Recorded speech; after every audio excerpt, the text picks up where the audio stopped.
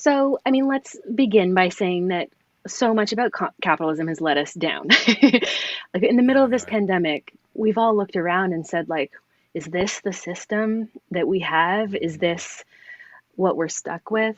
But the good news story that I will say is like the cream that rises to the top. It's like if we create a system and it's bad, we also have the opportunity to change the system to make it good. The pursuit of excellence is something we're all striving towards. I want you to focus on what you do best. You need to have an approval. How many approvals? What are the steps? It's really about listening. If it's not documented, it's not done. Thanks for tuning into In Systems We Trust, the show where we dive into all things systems and processes and hear from the professionals that are using them to change the landscape of their organizations every day. Welcome back to another episode of In Systems We Trust. Today I'm talking with Angela Wallace. Angela is a trained conscious capitalist consultant who has over 10 years of leadership building brands with purpose. As a champion of female founders in diverse CPG categories, she drives sustainability to the mass market. She has served as a social impact mentor in WeWork Labs and a juror for Fashion Takes Action Design Forward, Canada's award for sustainable fashion. Angela led 100 partnerships as director of brands at a firm voted in 2018 in the top 10 global social impact businesses by Real Leaders with B Lab. She's currently serving as a COO, CSO at Bogobrush, an innovative, made in America oral care brand made from plants and recycled materials that gives back 10% of profits to causes in local communities. Welcome to the show, Angela. Thank you for having me, and it's so good to see you and catch up. It's great. Good to see you as well. Something that I didn't mention off the top, and we'll probably get into it, but Angela and I did some work. Um, Mm, how long was that? Like just before these COVID lockdowns, that's a where we great did some work question. together? Was it it wasn't this past May. Was it the May before? I forget, to be honest. It's been a It, while. wa- What is it was in time? another Where are lifetime. we? Where Yeah, is exactly. It was in no another idea. lifetime. It It does feel feels like like. that. Yeah. But yeah, it's definitely great to reconnect. So I mean, why don't you kind of fill in some of the blanks? I mean, you're currently the COO at Bogobrush. You're doing a lot of work in the space. As well. So why don't you tell us a bit more about Bogobrush, what industry you would fall into and what does the organization really do? Absolutely. So Bogobrush is an innovative oral care brand. This is one of our examples. This is a flax brush, or pardon me, this is hemp brush. So we source waste and then we use the power of design and beauty to create everyday products that people will have in the landscape of their daily lives and connect them back to people and to planet. So Bogobrush was founded actually by John and Heather McDougall, brother sister team, grew up in North Dakota and their dad was a dentist. So this is how they ended up on a toothbrush. Heather Right. is a champion of sustainability, and John's actually a trained industrial engineer. He does product design in his full-time job, and that's his wheelhouse. So they discovered that 400 million manual plastic toothbrushes are sent to landfill every year. Wow. So a problem of that scale, they believe they could design around that and empower consumers with choice. So we have a recycled collection, which almost all people have access to recycling facilities in their municipal, wherever they live in their city. And it is really cool colors. There's pink and mint, rose and mint. So just unique kind of colorways that we have going there. And we do biodegradable. So this is sourcing from American farms, coffee, cotton, flax, and hemp and using what would otherwise be sent to landfill and integrating that into a compostable resin. Mm. So you can toss that in your green bin and it goes back to the earth instead of in a landfill or in the ocean or in the river.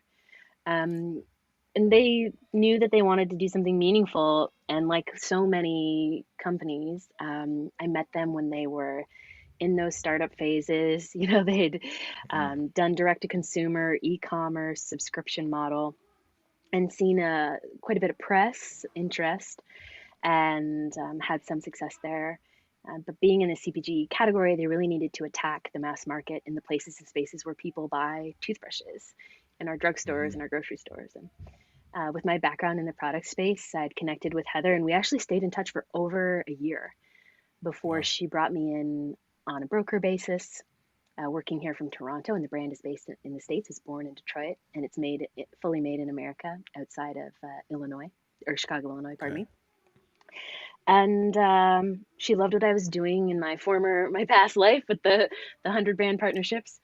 And that evolved this year, really through the pandemic. The brand gained momentum. And she said, would you like to come in a more substantial role and help us grow and really attack this growth together? So that's I love where it. I'm at, what I'm doing.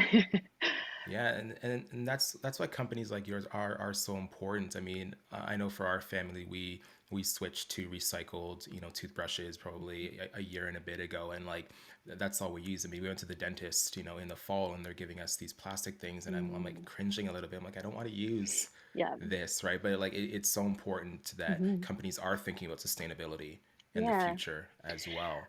absolutely. And I think one of the powerful things is really just acknowledging that giving people options to make those small changes and make those improvements as a family, as a consumer, is really a profound thing. It's not about getting everything perfect, but it is about making progress on Hmm. these issues in the world and giving ourselves some choices on what we can do to make a difference that are also accessible. So part of the achievement of getting into CVS Health in the United States, where we launched in nearly 2,000 stores, was we were within reach of millions of Americans.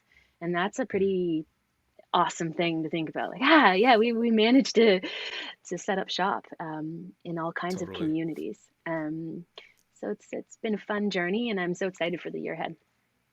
Very cool. I'm going to back it up a little bit Hmm. and give the audience a bit more context, because I know when we were doing some work together, for Ditto, we were coming up with some core values and trying to Mm. tie impact to mission and vision for the future and how we can work Hmm. towards more sustainability. So off the top, I really skimmed past it in your bio, but we talked about you being a trained conscious capitalist consultant. What is conscious capitalism? Can you expand more upon that? Yes. And what kind of work do you do with brands like Bogobrush through your 100 Hmm. partnerships? What does that really look like? And can you just give us that definition? Yeah. So, I mean, let's begin by saying that so much about capitalism has let us down. Like in the middle Yeah. of this pandemic, we've all looked around and said, like, is this the system that we have? Is this what we're stuck with? But the good news story that I will say is like the cream that rises to the top. It's like if we create a system and it's bad, we also have the opportunity to change the system to make it good. So Mm. essentially, fundamentally, conscious capitalism is about recognizing that capitalism has a lot of upsides, the ethical, fair exchange of goods and services, but Sure. that it goes wrong far too often. It doesn't necessarily create the fair, just world we all know that we need. So Mm. it's about companies and businesses, brands acknowledging that there are four pillars to becoming a conscious capitalist in a conscious company, and that's leadership, purpose, higher purpose, solving worthy problem in the world. That's culture, Mm. creating a culture of care where we treat people as people and planet is worthy of preserving and protecting. And stakeholder, Absolutely. yeah, stakeholders. So saying everyone that we work with, every life we touch, is a stakeholder in what we do. And how can we make choices that not only help us win, but help them win and not compromise so that we're harming or hurting someone else? Mm. If it sounds a little high minded or idealistic, that's because it is. But it's Right. designed to be that way, to be this sort of aspirational way of imagining what's possible in business. Mm. That's so good. And so, like, with your role at Bogo Brush, then, what does that really entail? How do you take your background? Like, it seems with your four pillars, I mean, we're talking through systems today, right? And so, Mm. like, it seems like this is the structure that, is it fair to say that all businesses can follow this, structure, this archetype, right? And so, like, how do you take that? What have you done to implement some of, those thoughts and methodologies into Bogo Brush? And like, really, what does a typical week look like for Definitely. you working with them? Well, it's funny. I think sometimes people imagine that if you're call yourself a conscious capitalist, you're sort of sat like on a special meditation pillow and your eyes are closed and you're just like, Sure. and you don't do any real work or like Yeah. have any like, HubSpot or whatever focus. But that's not how Yeah. it is.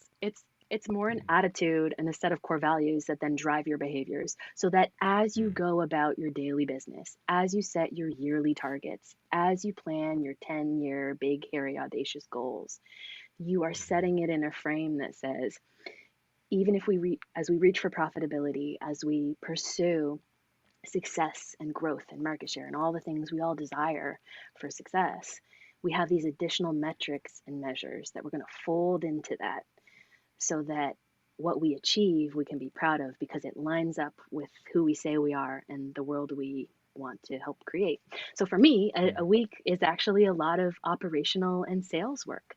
It's Okay. connecting with people at retailers and having pitches with them and talking about growing the brand in really practical ways, listing into points of sale and increasing our distribution. It's connecting with our manufacturers, a female founded business called Matrix 4, and working with them on our pack plans and our Mm, freight partners and our carriers. It's a lot of practical wholesale brand development work and really getting into the details. And the way that I integrate these two things and how I bring it together is by making sure that our operating system and all the things we're creating functionally make the business model successful, but mm. foundationally help us achieve our higher purpose in the world. Right. So I love this idea of noble sales. There's a great book I'm listening to, an audiobook right now that talks about this. But effectively, um, yes, I want to make sure we grow revenue and sell a higher number of units and all of those wonderful, profitable things. But at the Hmm. behind that, I always ask myself, and how does this change people's lives? How does this change CVS Health? How does Mm, this change the buyer at CVS Health, her experience working there and her fulfillment in her job? How does this change CVS customers' lives? And I'm just using them as one example, but that's how I integrate it. It's always there as a foundation of all the practical work you do.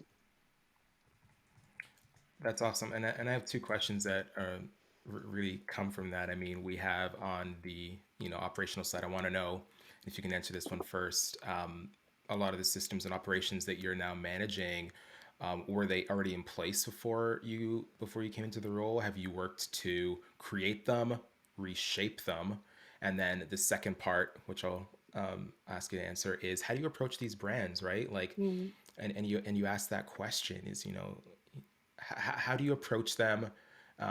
Maybe I'm asking too much right now, but how do you convince them that there is a better way to do this and mm, why should they care? So let's touch on the operations and sure. what it was like when you got there, and then we'll talk about the approach to brands. Yeah. Absolutely. And I think the two are really connected because for me, I Okay. really do unite what I would call like profit and purpose. You have to have a good business model, structures and systems, because you can have the most noble purpose in the world. You might want to pull every single toothbrush out of the ocean. But if you don't have Mm, a way of making sure your business is healthy, that leadership is focusing on the right levers in the business to grow the business, like there's a good chance that you'll not achieve this wonderful thing in the world that you dream of doing. So for me, when I arrived at Bogobrush, first of all, Heather and John had done a great job of creating um, a really compelling brand. But like a lot of founders, they don't have a background in the CPG space directly. And mm, so naturally, like any young company, especially businesses that are trying to enter into specific categories, for example, there are naturally gaps that come up where actually we don't really know how to navigate through trade marketing and exhibit at a trade show and create a sales pitch that will resonate mm, with the decision makers. So, for things like that, there was that experience and knowledge kind of gap that I was able to come in and help close and build out a bit okay. stronger. And then from a systems perspective, getting a CRM up and running. So we're in HubSpot. I know you're going to love this. Layering in Asana, project management, breaking out. I know. Yeah. Let's just take a moment. Let's just talk about Asana for the rest Let's of the okay. day. I How mean, about let's that? do side. So new topic. Yeah. Asana only. Um, so yes, and the other thing, and I will talk about this till the cows come home, because I believe in it so much. We integrated the entrepreneurial operating system. And that is something I Awesome. actually learned working with another brand, a wonderful Yeah. woman named Jennifer Lewis here in Toronto. She runs Urban Spa. And that was a transformational thing for me to learn because that creates a whole set of tools and cadences around meetings, how to run an excellent, effective, efficient meeting, Hmm. quarterly rocks. They're called like KPIs, OKRs. And so Yeah. I brought that to Bogobrush, and we've really appreciated that experience. And the whole rest of the leadership team has just been completely on board and adept at like bringing that into the business and letting it create a real engine, and a lot of clarity. You have a scorecard you update every week, so you're running down cash flow, Instagram followers, Yeah. how many sales sample sets have you sent out, how many sales pitches were completed, and you just have a set of numbers that you can track against each week. E-commerce revenue, yeah. So those systems things, I'm actually a nerd about it. So I always want to contextualize my That's why you're con. here. I That's why know. you're here. So I always contextualize that conscious capitalism piece.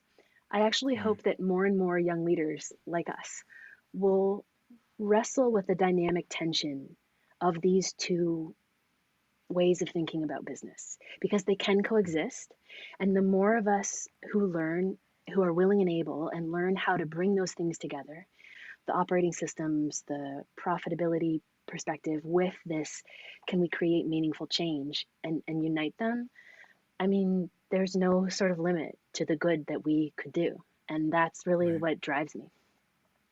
What a great system to implement. I mean, Yes. taking, bringing EOS into BogoBrush. And so, without giving away too much information, like what was there a lot of cleanup that you had to do? Like, had they been familiar with, the EOS um, before you came in, or was it just like we're starting, from scratch here, building out new SOPs? What did that process look like for you coming in and becoming familiar with the company, realizing where the opportunities were, where those rocks were, right? And did they just say, Angela, go do it. We need your help. Or, was it a collaborative effort? Yes. Oh, there you are. Your video came back. You dropped off for a second. I Um, did. it was a collaborative effort. They had not integrated the entrepreneurial operating system previously. They were pretty unfamiliar with it. I sent them a few classic YouTube videos that I think were produced in probably like 2000. And I said, Sure. Yeah. please don't let the impression these videos make on you dissuade you from how effective this approach is. And they like had a Absolutely. good laugh about it. So I wouldn't say that it required cleaning up, but it did require a little bit of a learning curve. We booked out additional sessions to get on together on a Saturday and run down, what does this mean? What's the commitment look like? And really, Hmm. for me, it wasn't a hard sell, but I did say, like, this will require all of us to learn how it works. And then, you have to work the system. And that's any system, whether it's EOS, Yeah. Asana, any tool, any platform. Just having it or like adding it doesn't do anything unless you really understand the implementation and then make that commitment meaningful. If you're sort of half-heartedly doing your entrepreneurial operating system, it's not going to be delivering the results you hope it will. Right. So that was really, and it's a learning curve. So the first quarter you set your goals, and you realize, I could have worded that better. Like the next time you're like, okay, I bit off more than I can chew. We're going to limit my Sure. focus. I'm going to focus further. So things like that were very effective. And some of the other pieces, platforms and tools, I don't, many people listening to this will not know, but I run a household solo. I'm a single mom with a young daughter. So I'm a time-starved person.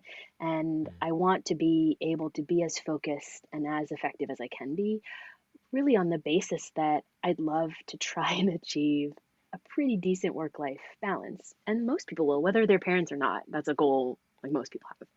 So for me, Right. one of the motivations was trying to put in place these things so that at the end of the day, I knew that it wasn't a house of cards. It wasn't going to fall apart if I didn't pay attention for one evening. We had a way of organizing our information, of organizing our touch points, of having this cadence in the business that we could begin to rely on.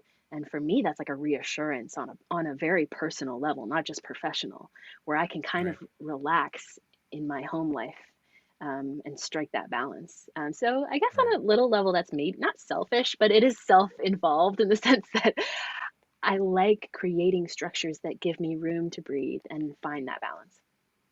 Yeah, it's definitely not selfish at Right. all.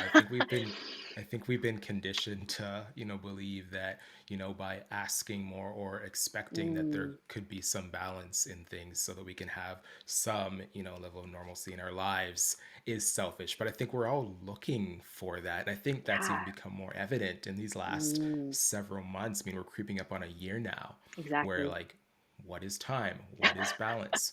And what Yes. is really important? Anyways, Mm, I digress. no, But it's a good digression. What matters most? what matters the most? What matters the What most? matters most? I think we're definitely understanding that a lot more these days. So you're implementing these systems. You're doing good work.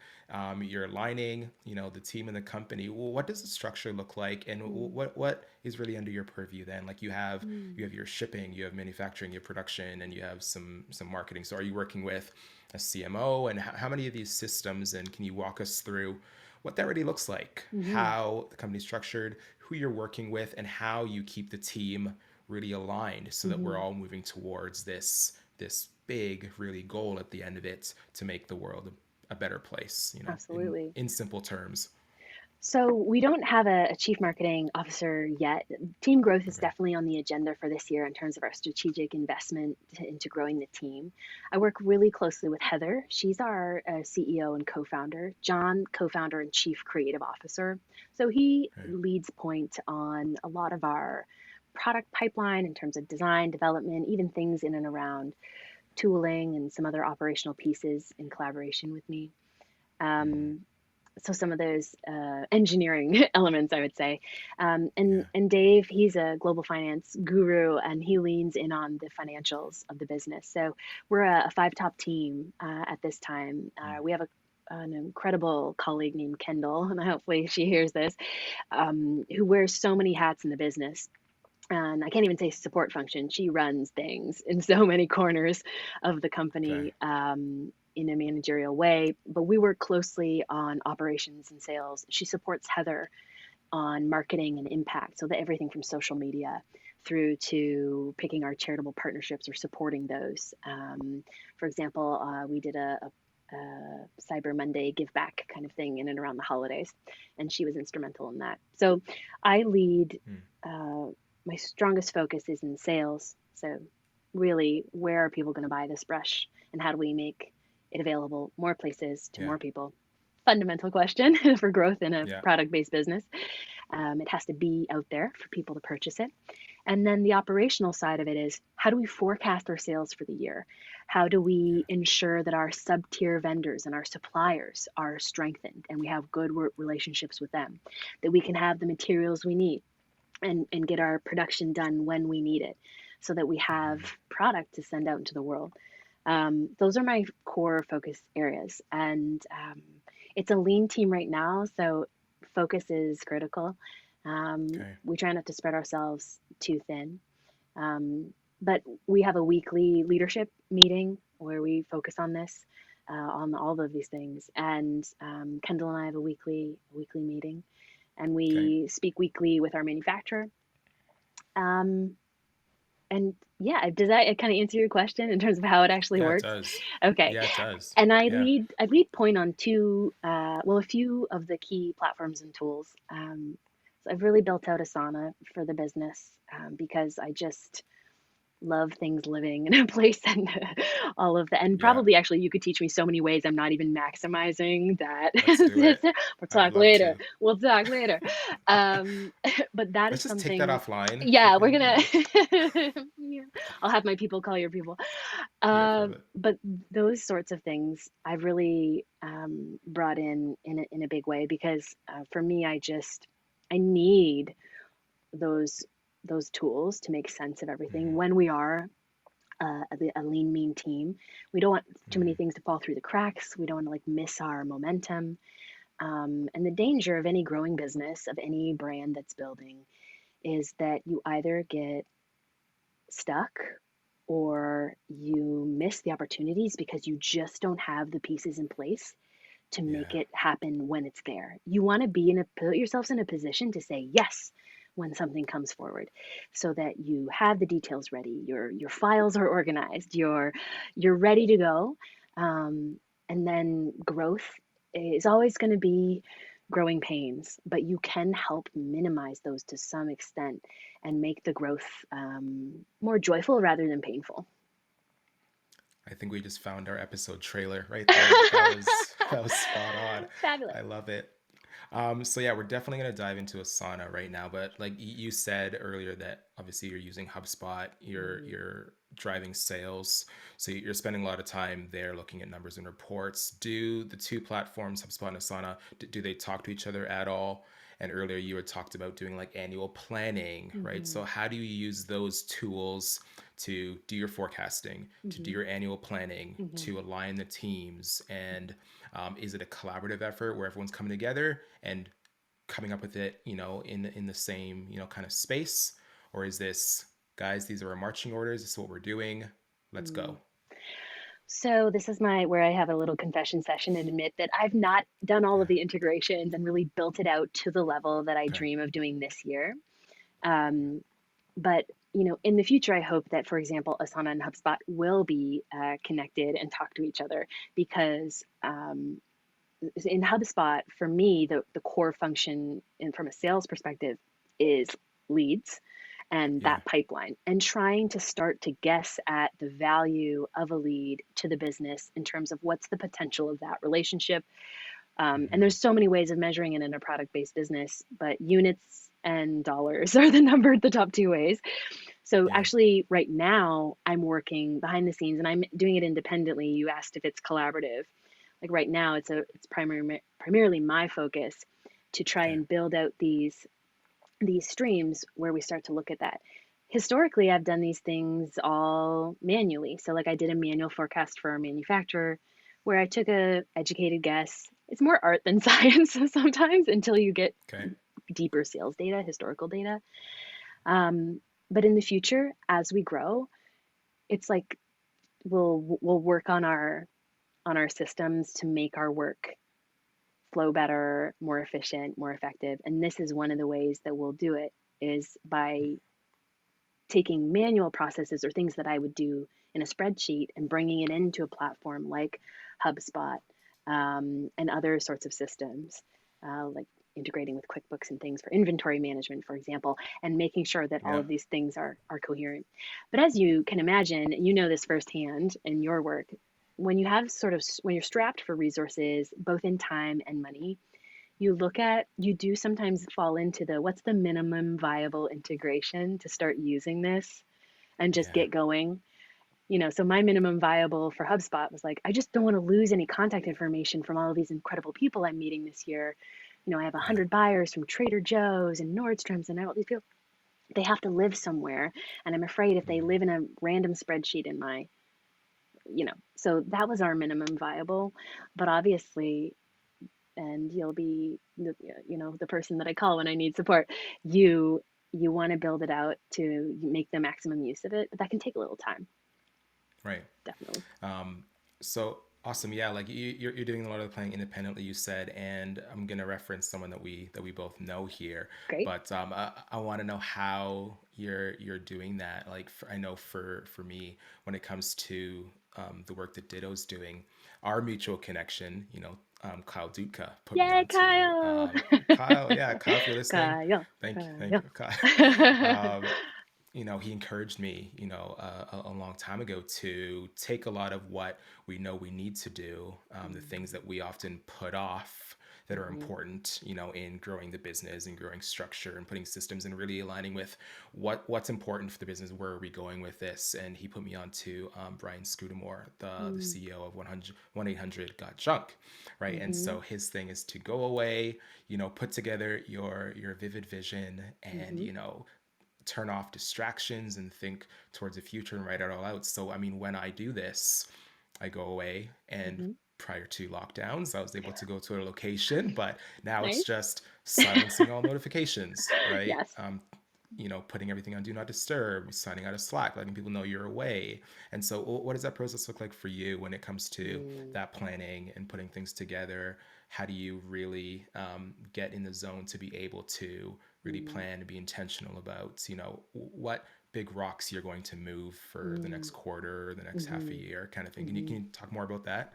Yeah, absolutely. So in this Mm, context, it very much is collaborative and less okay. independent. So for Right. example, with Bogobrush, so I do this independently for my agency and the projects I run on my own. But then with Mm, Bogobrush as a leadership team, we do this jointly, and it's holding space with each other. And we're all remote. None of us are in the same city, apart from Heather and Dave, who are married. So they do reside together.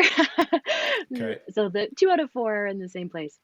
But you know, it is arguably harder to be apart and yet create that sense of connection, to hold emotional space digitally where people feel they have the psychological safety to share their dreams for the business, their dreams for their role for the future. Mm, We had the like privilege of being in a room together with a way. Can you imagine now? It feels like yeah. unbelievable. Like we're in a room with this Yeah. big whiteboard, and we get to have lunch, order in lunch, and we're in The person. door was No, the closed. door was We closed, did. no masks. No mask. Unbelievable, right? And I I'm know. joking about it. Maybe it's too soon. I don't know, but there are challenges in this moment in time Hmm. as businesses. We're all apart, but we're trying to be together but apart. And Yeah. we're still doing it. It's not a perfect thing, but we come together. So we've done an annual. We're doing one this weekend actually, where we're getting back on together. We're going back over the last quarter, and then again over the last year, and then looking ahead to the year ahead and saying, what does this look like? And again, Right. it's holding space across the multiplicities that change the world business needs. So it's Right. talking about sales just as much as you talk about impact. So it's here's how much revenue we're going to have, but the mirror to that at Bogobrush is here's how much we're going to give, and here are the Hmm. places and spaces where we're going to drive change. Hmm. And so my takeaway from that, on a personal level, collaboratively, is how can I help lead the conversation about how we make money to then use that as a tool of value back into our communities. Wow. And for me, that's the connection that each day I try to make sure is plugged in. Because when that breaks, you lose that motivation, the intrinsic motivation, the one that goes beyond Yeah. the bottom line. So for us, that's how we're coping through COVID and pivoting in the pandemic and just trying to Hmm. keep the vision alive together. To quote Kyle again, I mean, that sounds like you found your North Star, right? Like, Yes. if Hmm. and when everything else, comes down and changes and pivots happen, it seems like you found that real reason why you do Hmm. what you do. That's what it sounds like to me. Would I be correct in saying that? You're totally correct in saying that. And I Yeah. love that North Okay. Star phrase. I've heard that Yeah. before. Kyle's so great to bring that in. And he's so good at, holding meaningful conversations. And he's excellent at creating that emotional safety that I talked about Right. before. And yeah, having a real, listen, whatever work you do, your actual job, that's not necessarily the root of finding that fulfillment. There's Yeah. actually a huge part of it that's an attitude. And the way we can frame this Hmm. up that I love, and I've had a mentor talk about this before, is you can be an unfulfilled CEO, have the top Hmm. job, the largest salary, the greatest bonus, all the equity options, stock, and be disappointingly unfulfilled. Or you could be a frontline customer service representative who speaks to the people who use your product every day and feel deeply moved by that Right. human connection and find deep meaning in your work. Even though there's a person in the business who makes 100 times more than you might be 100 times happier. Yeah. That is something we struggle with in our culture and our society, No because we doubt. we sort of imagine that the dude, I say dude because like there's still a lot of men and not a lot of women doing this, the dude Yeah. who's in charge making all the money should be the happiest one. And they can be happy too. There's nothing precluding you from being the top job and having big happiness as well. But it's not a straight line, and it's not like one Mm. leads to the other. And maybe if we allow ourselves to imagine that finding meaning is really about who we are and feeling like our values are being lived out each day, that'll be what makes us Wow. fulfilled. Wow. I'm so glad you're here today. Thank you so much. Not to take away from that, like that was so powerful. Thanks for sharing that. For the listeners, I was smiling through that entire thing because it was making me think about, like, obviously the words are so impactful, but I recently watched, and again, not to take away from this moment, I recently watched the new movie Soul, Ah, that at the time of this yes. recording, Disney Pixar released a few weeks ago. And Mm-hmm. this is exactly what they talk about. And I mean, they've gotten, some, people, making comments about Pixar and Disney and all Mm-hmm. that stuff, but it Mm-hmm. doesn't matter. The message is, yeah, your role does not fulfill you, right? Like there's so much more. And I think once you find that thing, that purpose is what they talk about in the Mm-hmm. movie, right? You really find why I'm here, what I'm doing. And that's where you find that real happiness and real joy. So thanks for saying that. And if you haven't seen the movie, We've go seen the watch it. movie. Well, Shar and I Okay. watched it, and she loved it. Good. And I Good. asked her a couple days later, what do you think that movie, what was the main message of that movie? Like, you had to describe it to someone. And Mm-hmm. she said, you have to find your spark. That's what stuck with her. You have to find your Uh, spark. And I right. was like, yeah. And if a 6-year-old That's it. can get it, then like, let's all get Yeah. it. That's it. That's it. So cool. I want to talk about like how your team's doing. You said you're a Mm, lean team right now. Totally okay. Like, but there's this, and I talk about it often. And I think the work that Ditto does, with Asana and helping organizations eliminate waste and become more mm, efficient, we find that there is this problem with, work about work, air mm, quotes, right? mm-hmm. Where there's the time we're spending on, unneeded meetings, trying Ooh, to track down people or files or find where that thing is, or deadlines, or, there's all this stuff that's happening in between the real important work that we need to do, mm-hmm, right? That's wasting time, mm-hmm, right? And, bogging us down at the end of it, and, putting our most important tasks and responsibilities to the back burner. mm-hmm, So with this, concept of work about work, what does that mm-hmm, look like in your organization? Does it exist? And what do you do to eliminate it? How do you use mm. your systems and your processes to eliminate this work about work? Such an important thing to visit. And actually, my conscious capitalism training actually fell into this area very directly. I read a great book by Aaron Dignan called Brave New Work, where he just Yeah, he's so fantastic. If you don't follow him on it's back. Twitter, It's back big. there on the shelf, Ah, there right you there. There it go. is. There it Yes, is. yes, Yeah, Brave New Work. Mine's over there. yeah. So good. But effectively, yes, there's so many ways that we've structured corporate cultures and business ways of doing business that are actually counterproductive or ineffective or Mhm. inefficient. There's just a lot of ways we do things that aren't necessarily, we don't necessarily do them because they're the best, most effective thing or create the most impressive outcomes. It's just because that's how people do Yeah, them.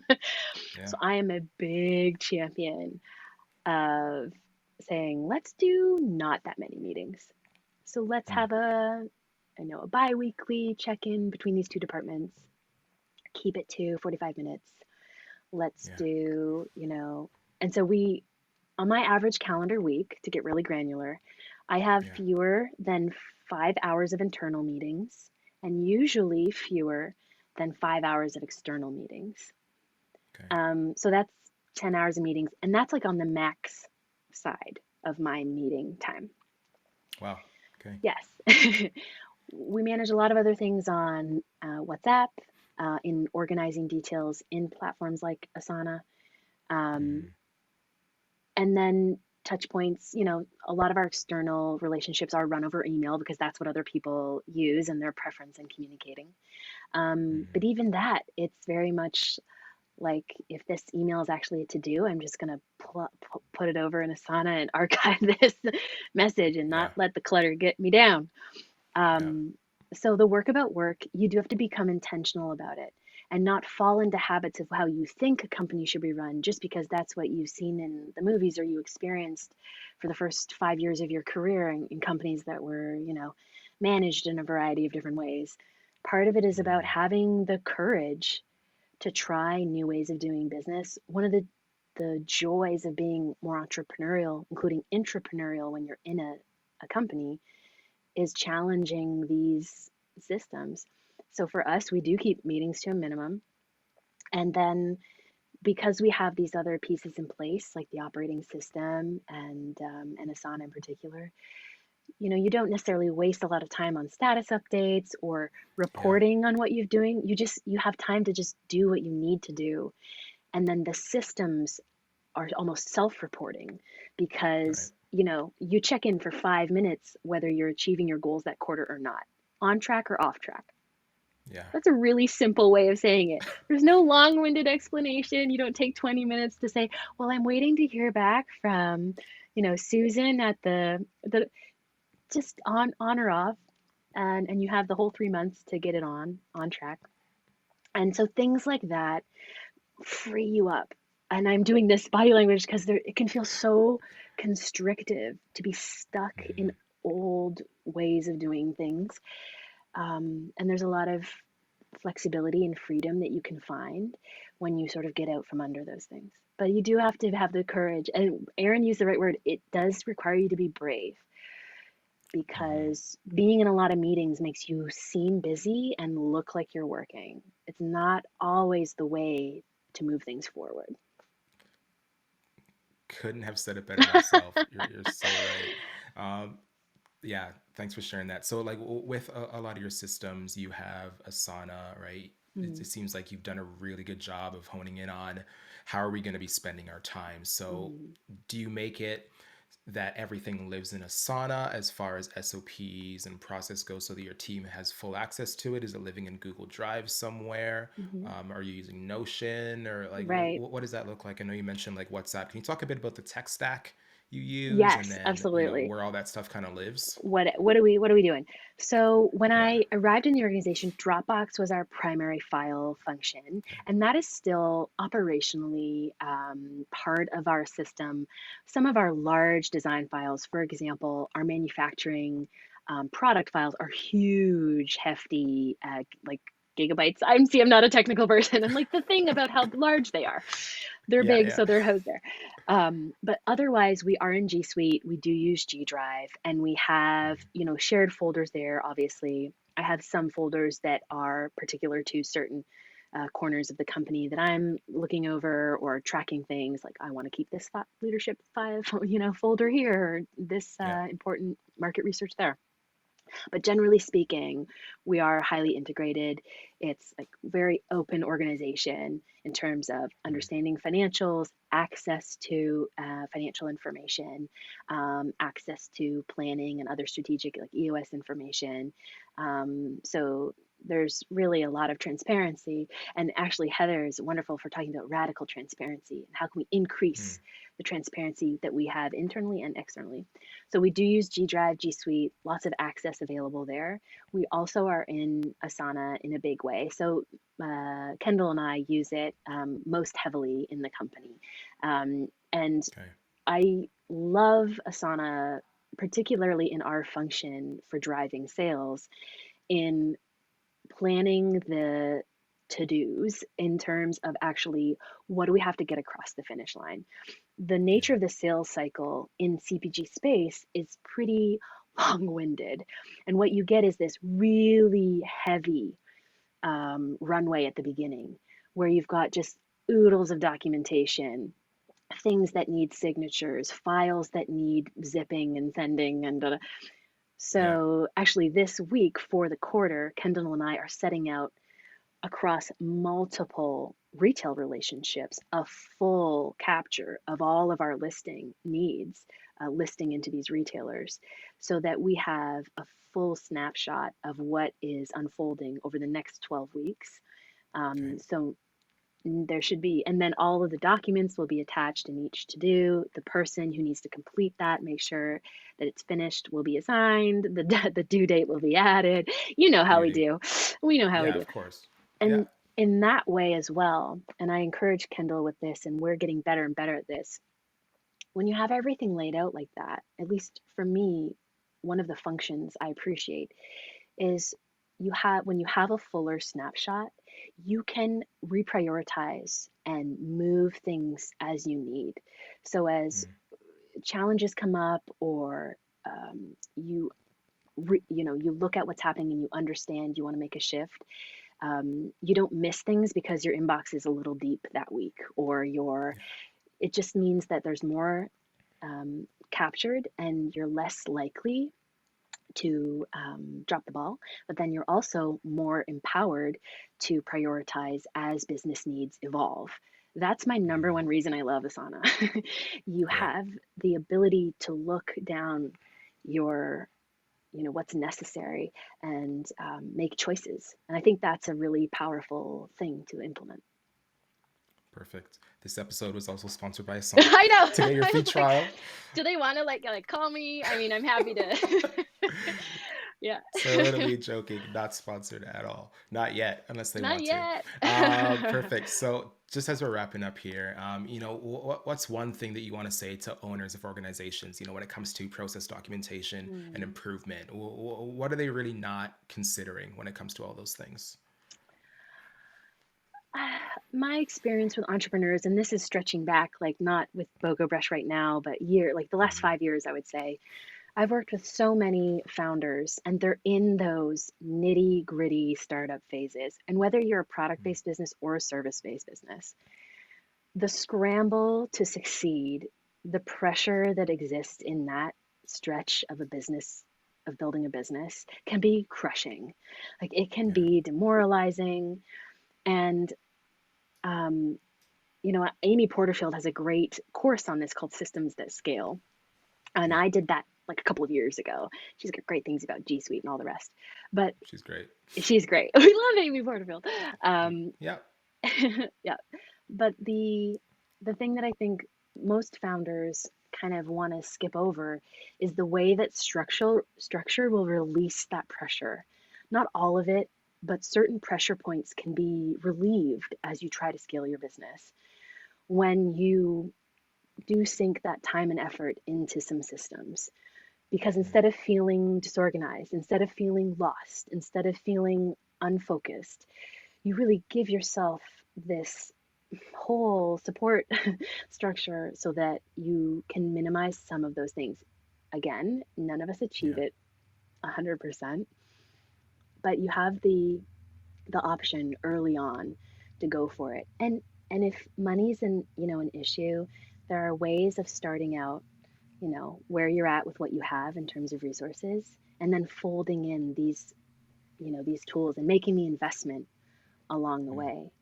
Um, I always joke with Kendall that we were doing these things to save both time and money, Yeah. because every hour that we maximize is more valuable to the business, and it's going to make us happier. And that's not even a weird capitalist thing. That's just straight facts. Like if we can um, do a better job at our jobs, that's a wonderful thing. Yeah. Reduce the friction, reduce the That's friction, it. feel a bit smoother. Well, it's clear you're in the right place, Angela. I mean, Bogobrush is so lucky to have you. I'd love to know, where can people connect with you? Where are you hanging out online these days? If they want to find out Absolutely. more about Bogobrush, yeah. Can you just give more information? Sure. Where to find me? Yeah. So come hang out with us at bogobrush.com and at bogobrush on social channels.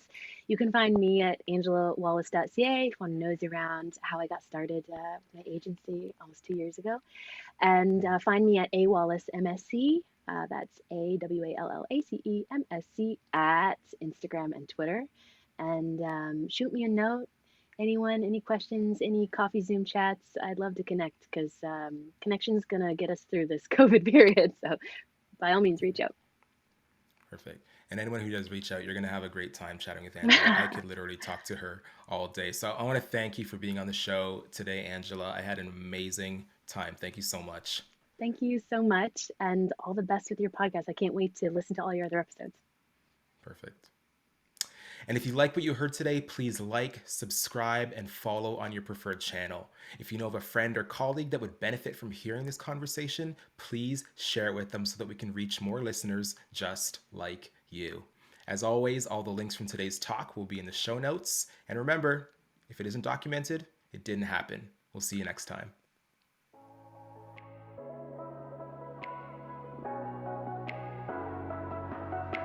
If you like what you heard today, please like, subscribe, and follow on your preferred channel. If you know of a friend or colleague that would benefit from hearing this conversation, please share it with them so that we can reach more listeners just like you. As always, all the links from today's talk will be in the show notes. And remember, if it isn't documented, it didn't happen. We'll see you next time.